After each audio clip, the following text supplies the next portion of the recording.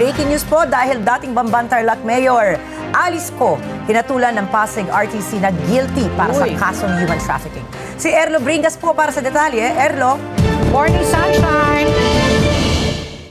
Ricky, guilty sa kasong qualified human trafficking. Yan ang naging desisyon ng Pasig Regional Trial Court sa nagpapatuloy na promulgation sa kaso ni Alice Go at iba pa nasangkot sa human trafficking na nagugat sa rape sa Pogo Hub sa Bamban kung saan mahigit 800 workers ang nasawi.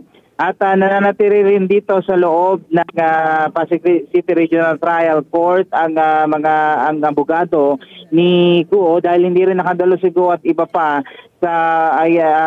binasahan na lamang sila ng sakdal sa pamagitan ng isang video conferencing. Present dito mismo sa promulgation si former PAOK Executive Director at ngayon ay OTS Administrator Undersecretary Cruz at maging si dating PNP Chief Acorda.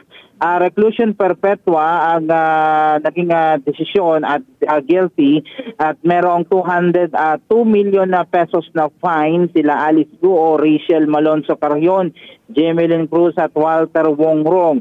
Forfeited na rin daw ayon sa PAOK ang Baupo, ang Bamban Tarlac Pogo Scam Compound na nauna ng ni-rate. Sa ngayon, naantabayan na natin ang abogado ni Go maging ang ilang mga opisyales mula sa PAOK kaugnay nga ng pagbibigay ng pahayag kaugnay nga dito sa naging desisyon ng Pasig Regional Trial Court kaugnay ng kaso ni Alice Go at iba pa. Yung muna latest, balik sa inyo. Okay, maraming salamat. Sunshine Erlo Bringas, so hinatulan na ng guilty, reclusion perpetua, so for life.